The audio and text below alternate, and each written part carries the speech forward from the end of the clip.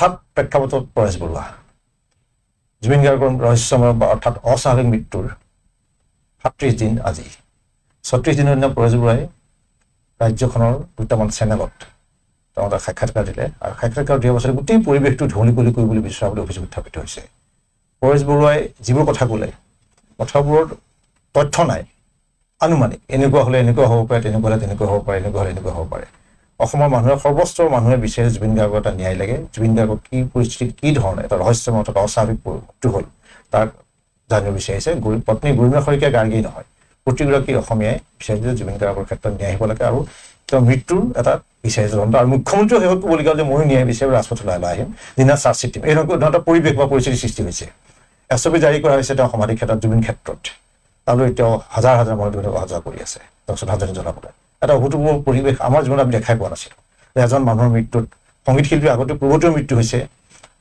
সাহিত্যিকৰ মৃত্যু হৈছে বিভিন্ন ব্যক্তিৰ মৃত্যু হৈছে গুণী ব্যক্তিৰ বহুতো মৃত্যু হৈছে কিন্তু জুবিন গাৰ্গৰ মৃত্যুৰ যিটো অস্বাভাৱিক পৰিৱেশ অসমত সেইটো আমি দেখা নাছিলোঁ গতিকে এই পৰিৱেশ বা পৰিস্থিতিৰ মাজত পৰেশ বৰুৱা আমি তেনেকৈ মাত শুনা নাছিলোঁ অৰ্থাৎ পৰেশ বৰুৱাৰ আৱিৰ্ভাৱ ঘটিল তাৰপিছত তেওঁ গোটেই বিষয়টো অকণ বেলেগ ধৰণে তেওঁ আলোচনা কৰিব বিচাৰিলে তাৰপিছতে আকৌ বিভিন্ন ধৰণৰ প্ৰশ্ন উত্থাপিত হৈছে এই সময়ত আমি একো নকওঁ দুজন বিশেষ ব্যক্তিক মাতি আনিছোঁ তেওঁলোকক জানি হৈছে সুপ্ৰকাশ তালুকদাৰ আৰু মনোৰম গগৈ আমি সুপ্ৰকাশ তালুকদাৰক CPM-ৰ এগৰাকী নেতৃস্থানীয় ব্যক্তি হিচাপে মতা নাই এজন সমাজ সংগঠক আৰু অসমৰ সমাজ জীৱনৰ ক্ষেত্ৰত এজন সততে সৰব আৰু সজাগ ব্যক্তি হিচাপে তেওঁলোকক মাতিছোঁ মনোৰম গগৈ ছ'চিয়েল মিডিয়াতেই নহয় এজন প্ৰবীণ সাংবাদিক বুলি কৈছোঁ কাৰণ তেওঁ ৩টা দশক অধিককাল সাংবাদিকতাৰ সৈতে জড়িত হৈ আছে তৎসত্ত্বেও তেওঁ যিবোৰ মূল বিষয় যিবোৰ বিষয়ত বহুতে চুবলৈ ভয় কৰে বা যিবোৰ বিষয়ত মানুহে মাত মাতিব ভয় কৰে সেই বিষয়ত তেওঁ সাহসে মাত দিছে গতিকে সেইকাৰণে মনোৰম গগৈক আমি আমাৰ অনুষ্ঠানলৈ মাতিছোঁ মই প্ৰথমে সুপ্ৰভাত তালুকদাৰৰ পৰা জানিব বিচাৰিম যে পৰেশ বৰুৱাই বিশেষকৈ দুটা কথা কৈছে যে জুবিন গাৰ্গৰ হতাশাগ্ৰস্ত হৈছিল তেওঁ হতাশ হোৱা বুলি ৰীতা চৌধুৰীৰ সৈতে যিটো তেওঁ পডকাষ্ট কৰিছিল তাতে তেওঁ কোৱা বুলি কৈছে আৰু হতাশাগ্ৰস্ততাৰ পিছত তেওঁ ঔষধ খাবৰ মাজে মাজে বাদ দিছিল আৰু তেওঁ এটা লাইফ জেকেট খুলি দিছিলে নিজে খুলি পেলাই তেওঁ নিজে গম পাই চিকিৎসকে বাৰম্বাৰ তেওঁক মনা কৰি দিয়ে যে পানীত নামিব নালাগে পানীটোৱে তেওঁৰ বিপদজনক কিন্তু সেই পানীত নামিছে উইদাউট লাইফ জেকেট তেওঁ যিকোনো নোহোৱাকৈ আৰু সেইটো এই গোটেই কথাটোৱে হতাশাগ্ৰস্ততাৰ সকলো মিলি পেলাই তেওঁ যেন ক'ৰবাত যেন আত্মহত্যাৰ এটা কৰিব বিচাৰিছিল নেকি তাৰ অৱকাশ আছে নেকি সেইটো তেওঁ প্ৰযোজ্য হৈছে সেইটো এটা তদন্ত হ'ব লাগে এই কথাখিনি প্ৰথমবাৰৰ কাৰণে আলোচনাৰ মাজলৈ আহিছে আৰু পৰেশ বৰুৱাৰ কথাখিনি কিন্তু তেওঁ হাতত কোনো তথ্য আছিল কোৱা নাই এনেকুৱা হ'ল অমুকক তেনেকৈ ক'লে তমুকক ৰীতা চৌধুৰীক তেনেকৈ ক'লে আৰু তেওঁ দেখিছে ভিডিঅ'টো যে এনেকৈ লাইভ জেকেট খুলিছে গতিকে এনেকুৱা হ'ব পাৰে নেকি এই প্ৰয়োজনীয়তা পৰেশ বৰুৱাই কি অনুভৱ কৰিলে বুলি ভাবে জুবিন গাৰ্গৰ দুজন দেহৰক্ষী আছিল আৰু দেহৰক্ষী দুজন থকাৰ কাৰণটোৱে হ'ল আলফাই তেওঁৰ জীৱনলৈ ভাবুকি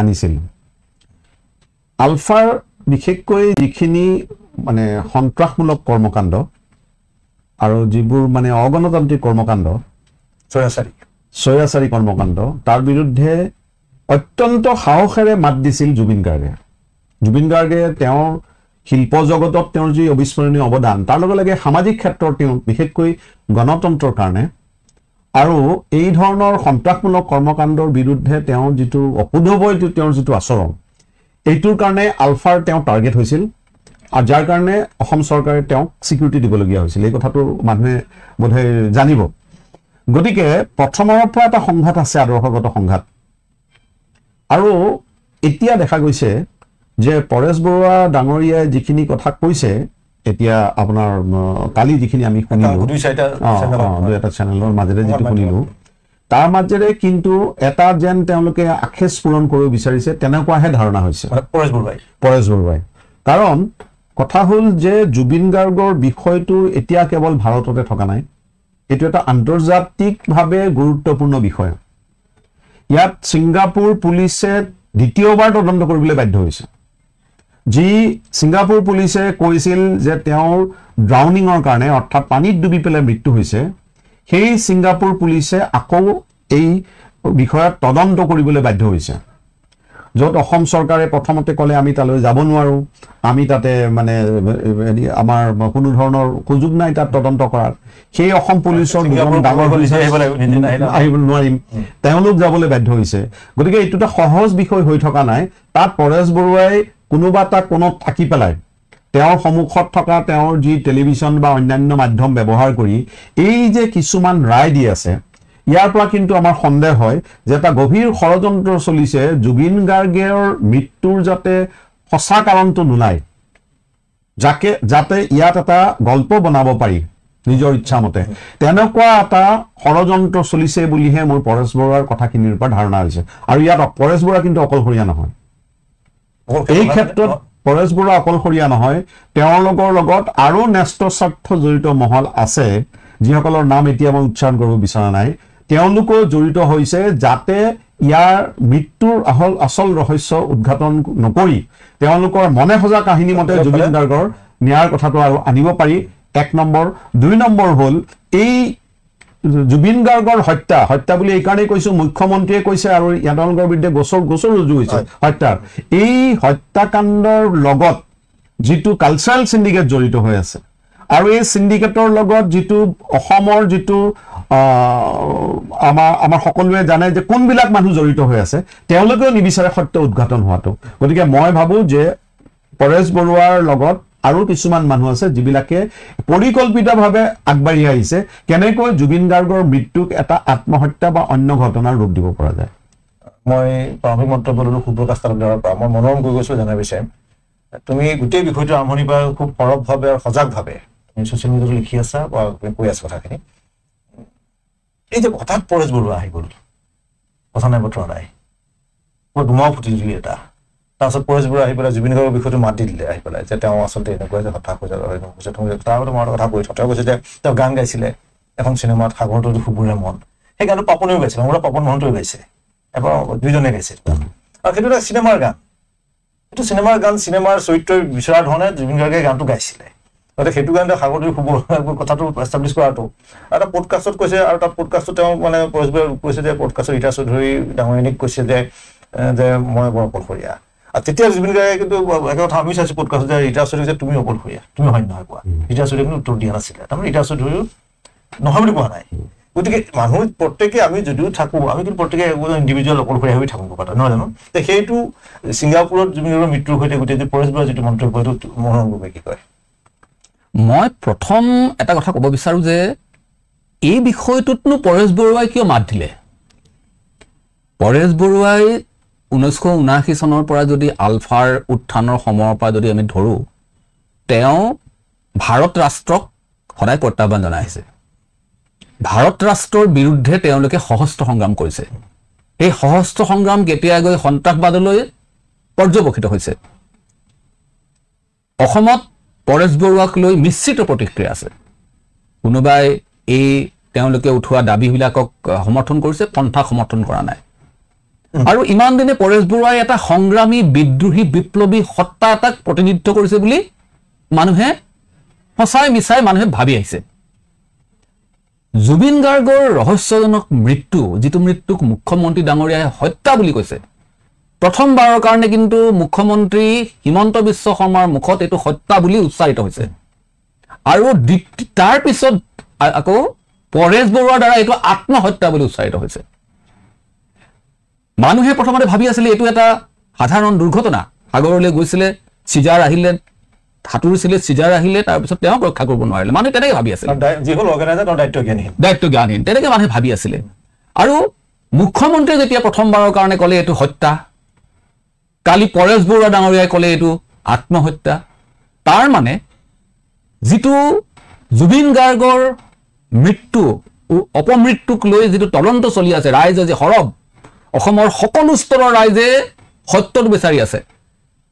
জুবিন গাৰ্গৰ পত্নী গৰিমা গাৰ্গে সত্যটো বিচাৰি আছে, কৈছে শেষ মুহূৰ্তত কি হৈছিলে এইটো মই জানিব লাগে।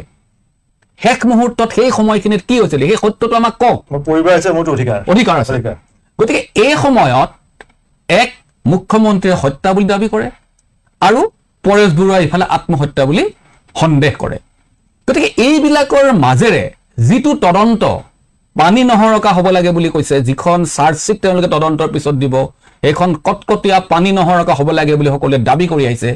এই সময়ত পৰেশ বৰুৱা ডাঙৰীয়াৰ আবিৰ্ভাৱ আৰু আবিৰ্ভাৱতে এইটো আত্মহত্যা, এই গোটেই কথাবিলাকে তদন্তৰ প্ৰক্ৰিয়াটো ধুঁৱলি কৰি পেলাইছে, ধুঁৱলি কুঁৱলী অৱস্থালৈ লৈ গৈছে। মানুহ বিভ্ৰান্ত হৈছে। এনেকুৱা ধৰণৰ বিভ্ৰান্তিকৰ পৰিৱেশ অন্তত জুবিন গাৰ্গৰ তদন্তৰ ক্ষেত্ৰত মই ভাবোঁ কোনো অসমীয়া মানুহে বিচৰা নাই, বিচৰা নাছিল। গতিকে এই গোটেই ঘটনাটো আচলতে আমি ভাবোঁ যে লাহে লাহে যিবিলাক মানুহে এনেকুৱা ধৰণৰ কথা কৈ আছে, মুখ্যমন্ত্ৰী হিমন্ত বিশ্ব শৰ্মা হওক, আলফাত স্বাধীনৰ পৰেশ বৰুৱা হওক, এইবোৰ মানুহ লাহে লাহে নতুন প্ৰজন্ম বা অসমবাসীৰ পৰা অপ্ৰাসংগিক হ'বলৈ গৈ আছে। মই এই কথাটো অকণমান আৰু মই আপোনাক জানিব বিচাৰিম যে আপুনি ক'লে যে তাৰ কিছুমান কাৰণ আছে। এতিয়া তেওঁ যিখিনি কথা তাৰ তথ্য ভিত্তিটো হৈছে এটা হ'ল ৰীতা চৌধুৰী ডাঙৰীয়াক দিয়া এটা পডকাষ্ট, তাত তেওঁ ক'লে কি কৈছিলে তেওঁ অকলশৰীয়া, আৰু ৰীতা চৌধুৰী কৈছিলে অকলশৰীয়া। আমি যিটো ক'লো অকলশৰীয়া, মানুহ অকলশৰীয়া। দ্বিতীয় হ'ল চিনেমাখন তেওঁ গান গাইছিলে সাগৰতলী সুবুৰি মন বুলি। তৃতীয় কৈছে তেওঁ হতাশা হৈ আছিলে, হতাশ হৈছিল, তেওঁ ঔষধ খোৱা নাছিল, কিবা নাছিলে। সেইটো কাৰণে তেওঁ গৈ ছিংগাপুৰৰ সাগৰত গৈ আত্মহত্যা কৰিব পাৰে নেকি, তেনেকুৱা হ'ব পাৰে নেকি? কথা বতৰা কৰিব মানে এইটো হয় বুলি কোৱা নাই, এইটো কৰিছে বুলি কোৱা নাই তেওঁ, যে এইটো যে কিন্তু তেওঁ এৰি দিছে বিষয়টো, এনেকুৱা হ'ব পাৰে নেকি? কিন্তু ইয়াৰ আগলৈকে কোনো মানুহে সংবাদ জগতৰে হওক, ৰাজনৈতিক জগতৰে মানুহে হওক বা অসমৰ কোনো মানুহে এতিয়া জুবিন গাৰ্গে তাত আত্মহত্যা কৰিব পাৰে নেকি এই প্ৰশ্নটো উত্থাপিত হোৱা নাছিল। আৰু এছআইটিয়ে তদন্ত কৰি আছে, এছআইটি তদন্ত লৈ আছো, আমি খালি এটাই কৈছোঁ আমাক ন্যায় লাগে। কি পৰিস্থিতিত কি পৰিৱেশত এই ঘটনাটো ঘটিবলৈ তাৰ সঠিকভাৱে ওলাবলৈ মানুহে কিন্তু তদন্ত সেই বস্তু চাই আছে। কিন্তু এই যে এটা তেওঁ হঠাৎ এনেকুৱা এটা মানে স্পেকুলেশ্যন এটা এৰি দিছে মানুহ, এইটো মানে ইয়াৰ হেৰি তেওঁ ভিত্তি কি, তেওঁ যিটো সেইখিনিকে মানি ল'ব পাৰিনে? যিখিনি মানি লোৱাটো কোনো কথা নাই এইকাৰণেই, কাৰণ জুবিন গাৰ্গে হতাশাগ্ৰস্ত লক্ষ লক্ষ যুৱক যুৱতীক অনুপ্ৰেৰণা যোগাইছিল সময়ত। আজি অসমত যিটো মানসিক মানুহৰ যিটো মানে ক্ৰাইচিছ হৈছে, সংকট হৈছে, এইটো বোধহয় পৃথিৱীত খুব কম দেখা গৈছে। এজন মানুহ ক্ৰাইচিছ যিটো হৈছে মানসিক ক্ৰাইচিছ, আজি মানৱীয় সংকট আৰু মানসিক সংকট বুলি মই এইকাৰণেই কৈছোঁ যে আজি 37 দিন হ'ল তেখেতৰ মৃত্যুৰ। এই মৃত্যু হোৱাৰ 37 দিন পাছতো জুবিন গাৰ্গক লৈ পেলাই মানুহৰ যিটো মানে অস্থিৰতা, এই অস্থিৰতাক একেবাৰে কমা নাই। কাৰণ জুবিন গাৰ্গে যিটো সাহস আছিল নৱ প্ৰজন্মৰ কাৰণে, সেই জুবিন গাৰ্গৰ অকাল যিটো মৃত্যু, এটা স্বাভাৱিক মৃত্যু হ'লে, বেমাৰত মৃত্যু হ'লেও এটা বেলেগ কথা, কিন্তু এই যে অস্বাভাৱিক মৃত্যু, এই অস্বাভাৱিক মৃত্যুৰ কাৰণে মানুহে আনকি এইখন চৰকাৰৰ এই যে জবৰদস্তি SOP দিয়া, আপোনালোকে মন কৰিছে যে কথা নাই বতৰা নাই, হঠাতে মুখ্যমন্ত্ৰীয়ে ঘোষণা কৰি দিলে যে আমি আজিৰ পৰা আৰু 10 বজাৰ পিছত মানুহক আকৌ তাতে সোমাবলৈ নিদিওঁ। এইটো আচলতে এজন হিটলাৰী কাৰবাৰ এইটো, কাৰণ তেওঁলোকৰ এটা পৰিয়াল আছে। না প্ৰথম কথা হ'ল তেওঁলোকৰ এটা পৰিয়াল আছে। এই যে মানে অন্ত্যেষ্টিক্ৰিয়া হৈছে জুবিন গাৰ্গৰ, এইটো পৰিয়ালৰ মানে ইচ্ছামতেই তালৈ লৈ যোৱা হৈছে মৃতদেহ, আপোনালোকে সকলোৱে জানে। এইটোক লৈ বহু বিতৰ্ক হৈছিল, আনকি যোৰহাটৰ মানুহে ৰাস্তালৈ আৱেগিকভাৱে নামি আহিছিল।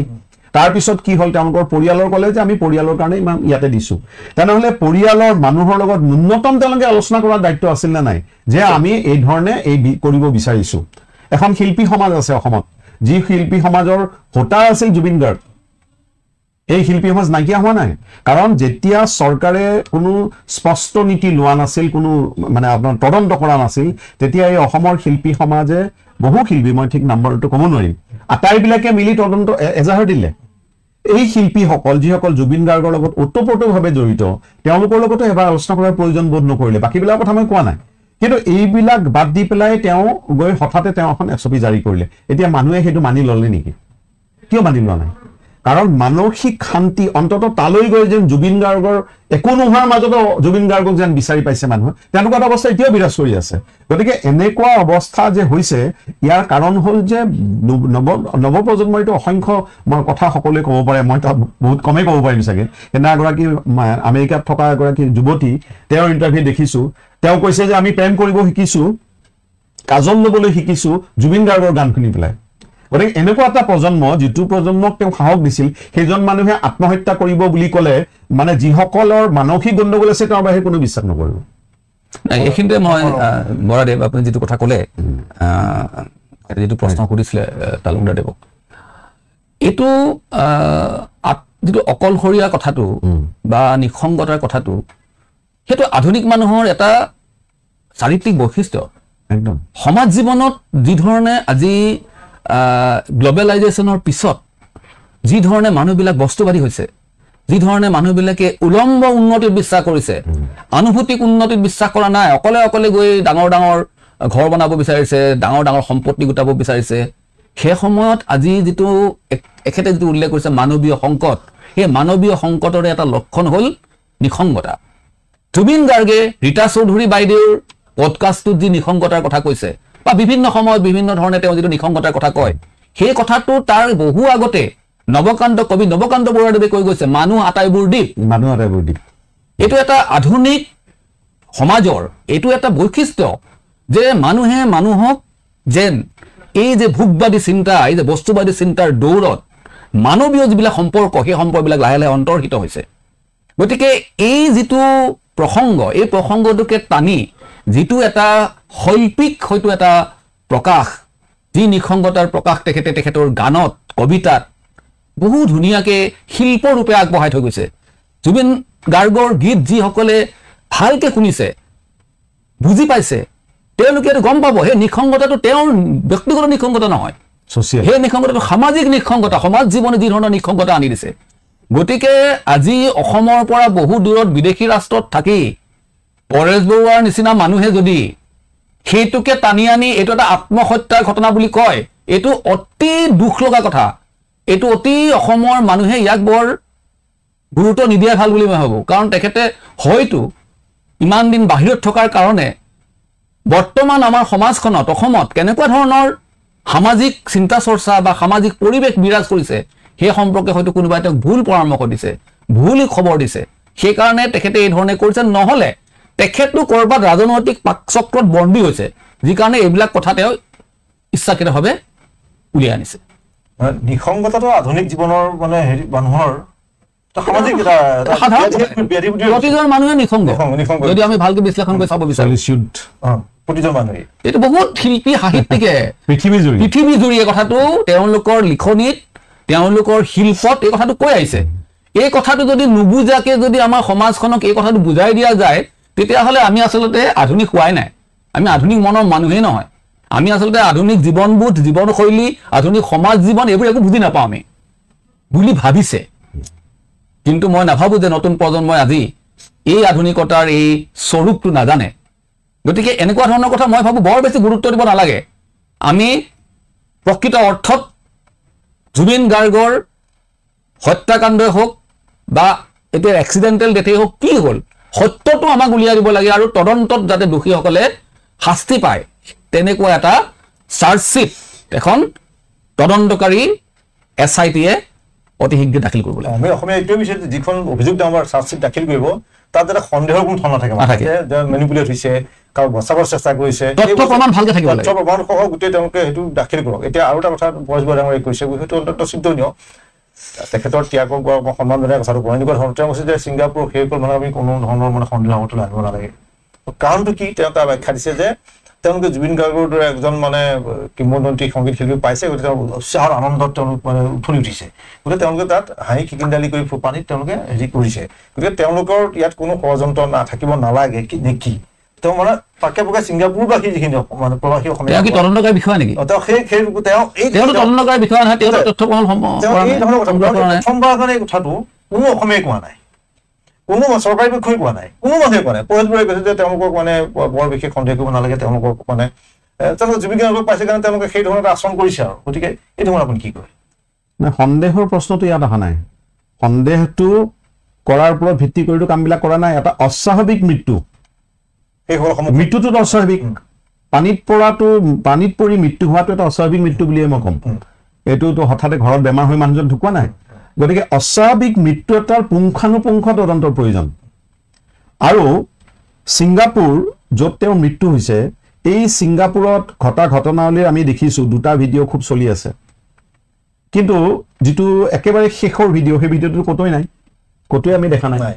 তেনেহ'লে এই যে এইখিনি ৰৈ গ'ল, এইখিনি তদন্ত কৰাৰ প্ৰয়োজনটো আছেনে নাই? আৰু তদন্ত কৰাৰ যদি প্ৰয়োজন আছে তেনেহ'লে প্ৰতিজন মানুহকে সন্দেহ কৰিব লাগিব।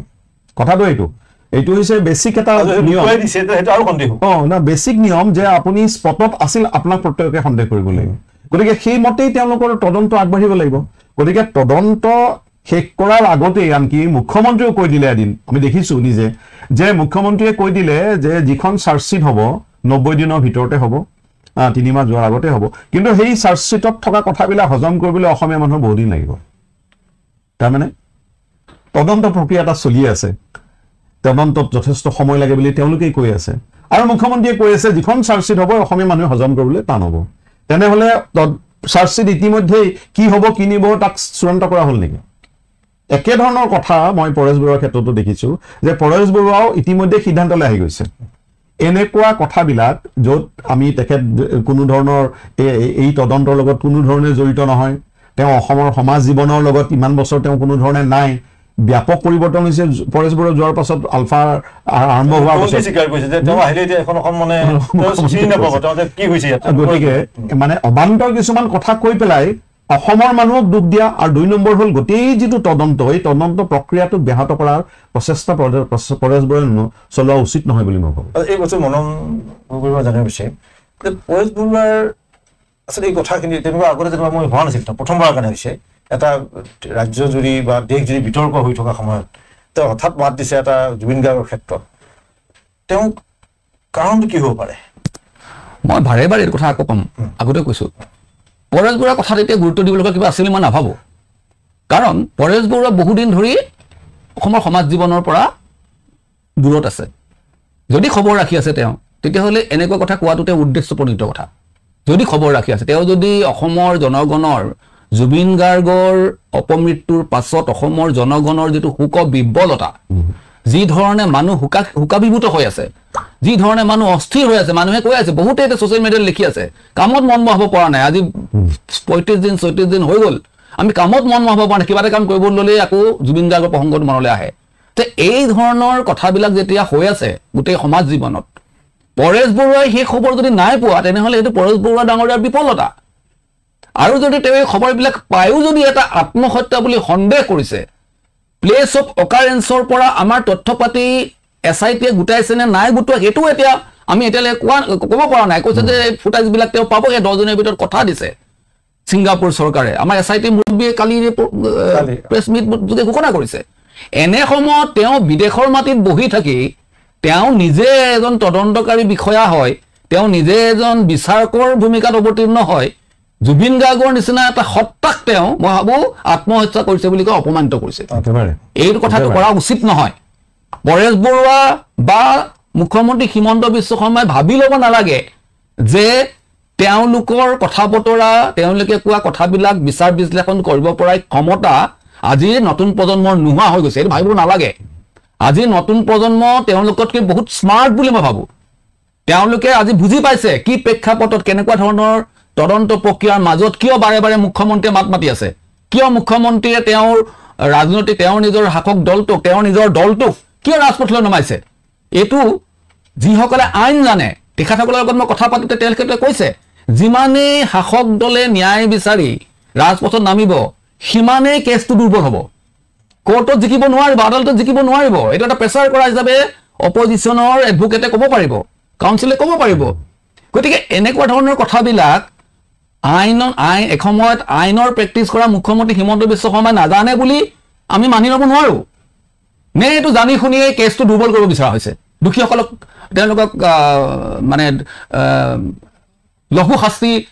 অভিযুক্তসকলক হাৰি যাবৰ কাৰণে ব্যৱস্থা কৰি দিছে গতিকে এই আইনৰ দৃষ্টিকোণৰ পৰাও বা সামগ্ৰিকভাৱে মানুহৰ মানসিকতা যি ধৰণৰ হৈ আছে এই দুটা দৃষ্টিকোণৰ পৰাও এনেকুৱা ধৰণৰ অবান্তৰ কথা যি সময়ত গোটেই তদন্ত প্ৰক্ৰিয়া চলি আছে অভিযোগনামা দাখিলেই কৰা নাই এনেকুৱা কথা কোৱা উচিত বুলি মই নাভাবোঁ মই এই যে মানে আত্মহত্যা বা পৰেশ বৰুৱাই কৈ দিয়া নাই হৈছে বুলি তেওঁ এই প্ৰসংগটো আনি কিন্তু কোৱা নাযায় এইটো হ'ব পাৰে বুলি সন্দেহ কৰিছে আৰু এটা কথা যে তেওঁ এজন সম্পৰ্কীয় এজন ভতিজাকৰ লগত প্ৰসংগ আনি কৈছে যে তেওঁ আগতে দুবাৰ মানে এইটো এটা ৰোগ এটা আত্মহত্যাৰ প্ৰৱণতা বা আত্মহত্যা কৰাটো দুবাৰ এটেম্প লৈছে তৃতীয়বাৰ তেওঁৰ মৃত্যু হ'ল আত্মহত্যা কৰিলে কিন্তু জুবিন গাৰ্গৰ জীৱনত তেনেকুৱা একো নাই জুবিন গাৰ্গ জীৱনমুখী মানুহ এজন জীয়াই থাকিব বিচাৰে আৰু তেওঁ সদায় মানুহৰ মাজত থাকিব বিচাৰে তেওঁ ক'তো হতাশাৰ কথাই নাই তেওঁ টকা পইচা অভাৱ হৈছে তেওঁ ৰাজহুৱাকৈ গৈছে আৰু মানুহ অকলশৰে যিটো মনন গগৈ যিটো কৈছে এইটো সামাজিক এটা ব্যাধি গতিকে সেইটো অকল তেওঁই নহয় ক'ৰবাত প্ৰধানমন্ত্ৰী অকলশৰীয়া ক'ৰবাত মুখ্যমন্ত্ৰী অকলশৰীয়া চবেই অকলশৰীয়া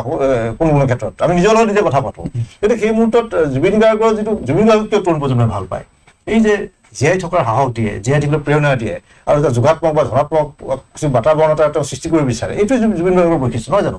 এতিয়া তেওঁ কৈছে যে তেওঁ মানে হতাশ হৈছিল, বাদ দিছিল নেকি, আত্মহত্যা এতিয়া আচাইটিক মানে তেওঁ কৈছে মানে যে তেওঁলোকে এই দিশটো আনিব লাগে। আচাইটিকটো পৰামৰ্শ দিছে যে আত্মহত্যা কৰিছিল নেকি, ঔষধ চোৱা নাই, সেইটো দিশটো আনিব। এটা নতুন দিশ সংযোজন কৰিছে পৰেশ বৰাই। এতিয়া পৰেশ বৰাৰ নিৰ্দেশ মানে এতিয়া আচাইটিয়ে এইটো কৰে নকৰে আমি নাজানো, সেইটো এটা বেলেগ এটা বিষয়। কিন্তু এই যে অনুমানৰ ওপৰত কোৱা কথা কিছুমান বিতৰ্কিত তথ্য পাতি নোহোৱাকৈ গোটেই অংকটো কি আৰু ইয়াৰ মানসিকভাৱে কি কৰিব বিচাৰে, তেওঁ মনত কি খেলাই আছিল আচলতে, তেওঁ কিয় নামিল হঠাৎ এই বিষয়টো তেনেকৈ? পৰেশ বৰুৱাৰ মনত কি খেলাই আছে এইটো বুজাটো বহুত এই কথাখিনিৰ পৰা বুজাটো এইকাৰণেই টান যে তেওঁ আছে আমাৰ পৰা বহুত দূৰৈত, আৰু শেহতীয়াভাৱে এটা দেখা গৈছে যে আলোচনাৰ কাৰণেও আগ্ৰহ প্ৰকাশ কৰা বুলি এটা বাতৰি ওলাইছে, প্ৰচাৰ হৈছে। গতিকে আলোচনাৰ প্ৰক্ৰিয়াটো কেনেকৈ আগবাঢ়িব, এই প্ৰক্ৰিয়াটোত তেওঁলোকৰ হস্তক্ষেপ, তেওঁলোকৰ শ্বেয়াৰ কি হ'ব আলফাৰ, এইবিলাক বহুত জটিল প্ৰশ্ন। গতিকে এই জটিল বিষয়বিলাকত তেওঁলোকে কেনেকৈ অসমত ভৰি থ'ব বিচাৰিছে, কাক সহায় কৰিব বিচাৰিছে প্ৰক্ৰিয়াটোত, এই গোটেইবিলাক কথা মানে আৰু বিশ্লেষণৰ প্ৰয়োজন আছে বুলি মই ভাবোঁ। কিন্তু মই মানে চমুকৈ এইটো কথাই ক'ব বিচাৰিছোঁ, তেওঁলোকৰ বিশ্লেষণ যিয়েই নহওক, জুবিন গাৰ্গৰ মৃত্যু হোৱাৰ পাছত অসমত যিটো ঘটিছে ই হৈছে অভূতপূৰ্ব আৰু অকল্পনীয়। সমগ্ৰ পৃথিৱীত অসমৰ নাম বিভিন্ন কাৰণত আগতে গৈছে, কিন্তু এই ধৰণে যোৱা নাছিল। অসমৰ মানুহে যিটো কৰিলে, অসমৰ জনসাধাৰণে জুবিন গাৰ্গৰ হৈ যিটো কৰিলে, এইটো এটা অভূতপূৰ্ব, আৰু এতিয়ালৈকে যিটো ঘটি আছে, আনকি ছ'চিয়েল মিডিয়াত যিটো ঘটি আছে, আজি মানুহবিলাকে আপুনি এটা যিকোনো ফেচবুকত যিকোনো কমেণ্ট কৰক, যিকোনো বিষয়ত তলত যদি মানুহে কমেণ্ট কৰিব লাগে, দ্য অনলি কমেণ্ট হ'ল জাষ্টিছ ফৰ জুবিন গাৰ্গ। এই এটা পৰিস্থিতি চলি আছে।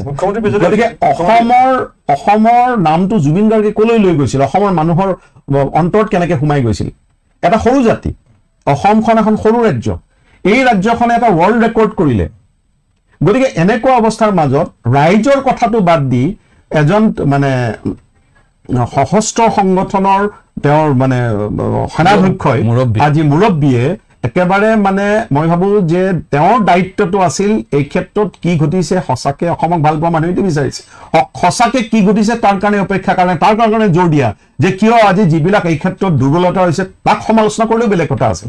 কিন্তু তেওঁ সম্পূৰ্ণভাৱে আজি SITকেই হওক বা জনমানসকে এটা বেলেগ দিশত লৈ যাব বিচাৰিছে। গতিকে ইয়াৰ দ্বাৰা কাৰ স্বাৰ্থ পূৰণ হ'ব, অন্ততঃ অসমৰ মানুহৰ স্বাৰ্থ পূৰণ নহয়। মনোৰম গগৈ তেওঁ যি এতিয়া তদন্ত গ'ল 37 দিন হ'ল বা 36 দিন, কালি তেওঁ যিধৰণে হৈছে, তেওঁ নিজে যিধৰণে কথাবোৰ ক'লে, তেওঁ নিজে আহি কৈছেতো, তেওঁ কোনো হেৰি কৰা নাই, কোনো প্ৰেছাৰ দিয়া নাই বা ফ'ৰ্চ কৰা নাই যে তুমি ক'বই লাগিব, আপুনি ক'বই লাগিব, তেওঁ নিজেই আহি পেলাই কথাখিনি ক'ব বিচাৰিছে, কৈছে। এইটো তেওঁ গোটেই তদন্তটোক তেওঁ মিছলিড কৰিব বিচাৰিছে নেকি? মই সেইটো কথাই কৈছো যে সেই বস্তুটো আচলতে তেওঁ সেই কথাটোত মাত মাতিব লগা কিবা যদি আছিলে, তেতিয়াহ'লে তেওঁ ক'ব লাগিছিল যে তদন্ত কটকটীয়াকৈ হ'ব লাগে, পানী নহৰাকৈ হ'ব লাগে, সঁচা কথাটো ওলাব লাগে, জুবিন গাৰ্গে আচল অৰ্থত ন্যায় পাব লাগে। তেওঁ কি সন্দেহ কৰিছে, এটা বেলেগ এটা দৃষ্টিকোণ তেওঁ তাত আগবঢ়াবৰ এইটো সময় সঠিক বুলি মই নাভাবোঁ। কাৰণ আমি সকলোৱে বিচাৰি আছোঁ যে জুবিন গাৰ্গৰ অপমৃত্যুৰ কাৰণটো আমাক লাগে। ই হত্যাকাণ্ড নে স্বাভাৱিক এটা মৃত্যু, এক্সিডেণ্টেল এটা মৃত্যু, দুৰ্ঘটনাজনিত মৃত্যু এটা, কোন তাত জড়িত হৈ আছে, কাৰ অৱহেলাৰ কাৰণে এই অপমৃত্যুটো ঘটিল, এই কথাবিলাক আমি জানিবলৈ ৰৈ আছোঁ, চবেই ৰৈ আছে, সকলোৱে এই কথাটো জানিবলৈ ৰৈ আছে। গতিকে এই সময়ত এতিয়া তেওঁ নিজে কৰা সন্দেহ কিছুমান, তেওঁ নিজৰ গুৰুত্বটো এই কথাবিলাক কৈ তেওঁ লঘু কৰিছে যেনে মোৰ মনে ধৰে। আৰু এটা কথা মই শুনিছোঁ, মই তেখেতৰ কথোপকথনটো মই চোৱা নাই বা শুনা নাই, মই বেলেগকৈ আকৌ তাৰ পৰা দিয়া বাতৰিৰ পৰা মই গম পাইছোঁ যে SOP সম্পৰ্কেও তেওঁ মন্তব্য কৰিছে বুলি শুনা পাইছোঁ। গতিকে তেওঁ যদি আজি SOPটোক, যিটো এটা চৰকাৰে বান্ধি দিয়া SOPটোক যদি তেওঁ সমৰ্থন কৰিছে, এইটো এটা আৰু মাৰাত্মক কথা হৈছে। তেওঁতো নিজে এই গোটেই ছিষ্টেমটোকে নামানে, তেওঁ নতুন ছিষ্টেম এটাৰ কাৰণে সংগ্ৰাম কৰি আছে ইমান দিনে। ভাৰতবৰ্ষৰ যিটো তেওঁ এইটো দখলদাৰী বাহিনী বুলি কয়, দখলদাৰী বাহিনীয়ে দিয়া SOPটোক তেওঁ ছাপোৰ্ট কৰিছে যদি তেওঁৰ কিবা স্থিতি সলনি হৈছে নেকি? তাৰ কিবা অন্য কিবা এটা অন্তৰ্লীন কিবা অন্য কথা জড়িত হৈ আছে নেকি? এনেকুৱা কথাবিলাক তেওঁ সন্দেহ কৰিছে যেতিয়া আমিও সন্দেহ কৰিম। ৰাতি মানে মানুহ সাৰ পাই থকাটো বেয়া আৰু স্বাস্থ্যৰ কাৰণে ক্ষতিকৰ, আয়ুস কমি যায় মানুহ। গতিকে এইটো ৰাতিপুৱা খুব ভাল সময় আৰু গধূলি সময়ত গৈ পেলাই কাম কৰিব লাগে। মই এইবোৰ কথা খুব মানে হাস্যকৰ কথা বুলি ভাবোঁ। এই ধৰণৰ কথা বতৰা তেওঁ মানে কৈ মেলি দুখৰ দিনতো হাঁহিব লাগিব এইবিলাক কথা শুনিলে। এনেকুৱা ধৰণৰ উদ্ভট কথা দুখৰ দিনতো মানুহে হাঁহিবলৈ বাধ্য হ'ব। মানে জুবিন গাৰ্গে নিজে ৰাতি ৰাতি কাম কৰিছিলে। জুবিন গাৰ্গৰ মই মোৰ ছ'চিয়েল মিডিয়া পোষ্টত মই লিখিছোঁ কেইবাবাৰো, জুবিন গাৰ্গে ৰাতি ৰাতি কাম কৰিছিলে, ৰাতিপুৱা শুইছিলে, তেওঁ সেইটো এটা সময় বুলি ধৰি লৈছিলে। আৰু আমি কোৱা নাই যে যেতিয়া এই গোটেই জুবিন ক্ষেত্ৰখন সম্পূৰ্ণ নিৰ্মিত হ'ব তেতিয়া নিশ্চয় এছবি কথা আহিব, তাক সঠিকভাৱে পৰিচালনা কৰাৰ ক্ষেত্ৰত নিশ্চয় এছবি কথা আহিব, আহিব তাত নীতিৰ কথা। কিন্তু এতিয়া ইমান আমাৰ অলমষ্ট 2.5 কোটি 2 কোটি 30 লাখ মানুহ বুলি আমি ধৰি লৈছোঁ অসমখনত। 3 কোটি 30 লাখ 3 কোটি 30 লাখ মানুহ, 3 কোটি 30 লাখ মানুহৰ ইয়াতে তেখেতৰ যেতিয়া শ্ৰদ্ধাঞ্জলি জনাবলৈ সৰু সজাইত ৰখা হৈছিলে তেতিয়াই লাখ লাখ 5 লাখ 6 লাখ 10 লাখ মানুহ আহিছিলে। গতিকে আৰু বহুত মানুহে আশা কৰিছে যে আমি তাত যাব নোৱাৰিলোঁ, গতিকে আমি তেওঁৰ জুবিন ক্ষেত্ৰত গৈয়ে তেখেতক আমি শ্ৰদ্ধা জনাম। গতিকে এইটো এটা স্বাভাৱিক স্বতঃস্ফূৰ্ত প্ৰক্ৰিয়া। এই প্ৰক্ৰিয়াটোত কোনোবাই কিবা তাত উদ্ভণ্ডালি কৰিছে, কোনোবাই কিবা মদ খাই মাতলামি কৰিছে, তাৰ কাৰণে চৰকাৰে তাত তেওঁলোকৰ পুলিচ আৰক্ষী বাহিনীক মোতায়েন কৰাওক, তেওঁলোকে এইটো লাগিলে CCTV লগাওক, আৰু যিসকল তেনেকুৱা কৰিছে তেখেতলোকক শাস্তি দিয়ক, আমি কোনেও মানা কৰা নাই। কিন্তু 900 বছৰত অহা মানুহেও তাত ৰৈ এবাৰ ৰাতিপুৱা 3 বজাত চাই সেৱা কৰি আহে ৰাস্তাৰ কাষত। এনে অৱস্থাত এছপি এটা এতিয়াই বান্ধি দিয়াটো উচিত কথা নহয় বুলিহে যিসকলে কৈছে তেওঁলোকে যুক্তিপূৰ্ণ কথা কৈছে, এনেকুৱা কথা কৈছে, যিটো কথা আমি নাজানো কাকতলীয় নে কি মুখ্যমন্ত্ৰী হিমন্ত বিশ্ব শৰ্মাৰ লগত মিলি গৈছে। মানে পৰেশ বৰুৱাৰ যি ধৰণৰ আৱিৰ্ভাৱ হৈ গ'ল জুবিন গাৰ্গৰ বিষয়টো, কাৰণ গোটেই জীৱন তেওঁ জুবিন গাৰ্গৰ বিৰুদ্ধে মাত দিলে।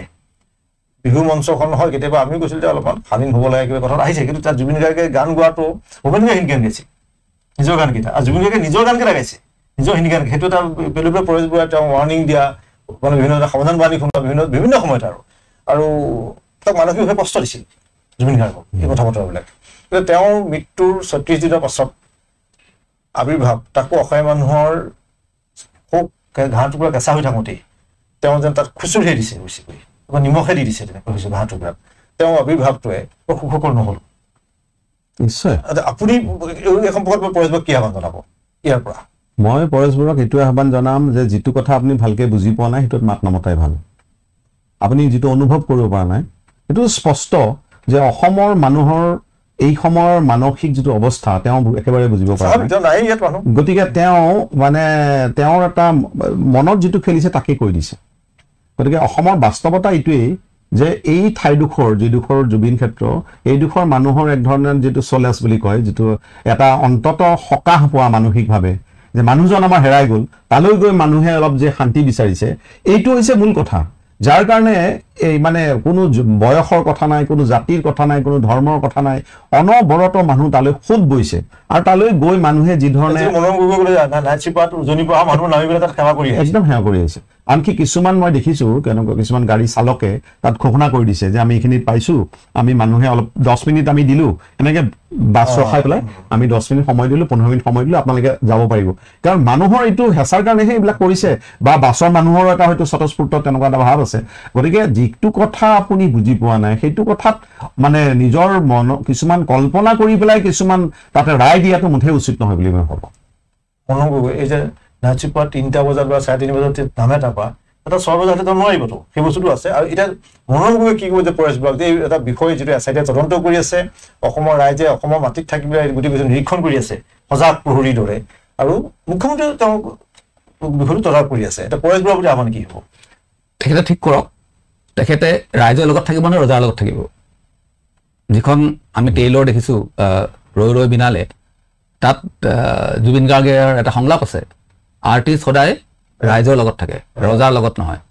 এজন সংগ্ৰামী হিচাপে, বিপ্লৱী হিচাপে, বিদ্ৰোহী হিচাপে পৰেশ বৰুৱাই নিজকে যদি ভাবে, তেওঁ ঠিক কৰক, তেওঁ দখলদাৰী বাহিনী বুলি কোৱা ৰজাৰ লগত থাকিব নে জুবিন গাৰ্গৰ মৃত্যুত শোকবিহ্বল হৈ থকা ৰাইজৰ লগত থাকিব তেওঁ নিজে ঠিক কৰক ধন্যবাদ আমি বিচাৰিম যে অসমৰ মানুহ এতিয়া সকলো কাম কৰিব পৰা নাই কামত মনোযোগ দিব পৰা নাই এটা বেলেগ ধৰণৰ পৰিৱেশ সৃষ্টি হৈছে যিটো পৰিৱেশ ইয়াত নেদেখাকৈ পৰেশবোৰে বিদেশৰ মাটিত থাকি কেতিয়াও অনুভৱ কৰিব নোৱাৰে সেইটো আমি অনুভৱ কৰিছোঁ প্ৰতিমূহুৰ্তত আমি নিজে ভুক্তভোগী গোটেই আমাৰ ঘৰৰ পৰা সমাজখনলৈ সকলোৰে একেই পৰিৱেশ এই পৰিৱেশটোৰ পৰা মানুহ মুকলি হৈ ওলাই আহিব পৰা নাই আজিৰ তাৰিখতো গতিকে তাৰ মাজতো কিছু ক্ষেত্ৰত চৰকাৰীভাৱে কৰা কিছুমান কাম কাজে বিতৰ্কৰ সৃষ্টি কৰি আহিছে গতিকে এই মুহূৰ্তত পৰেশ বৰুৱাই আত্মহত্যা হতাশাগ্ৰস্ততা তেওঁ বদ অভ্যাস জুবিন গাৰ্গৰ কিছুমান বদ অভ্যাস আছে বুলি সেই বিষয়বোৰ এতিয়া আলোচনা কৰিব বিষয় নহয় সেইবিলাক বিষয় কোনো আলোচিত বিষয় হ'ব নালাগে সেই বিষয়বোৰ প্ৰেক্ষাপটলৈ আনি পেলাই চৰ্চালৈ মেলি দি পেলাই তেওঁ আচলতে কি ক'ব বিচাৰিছে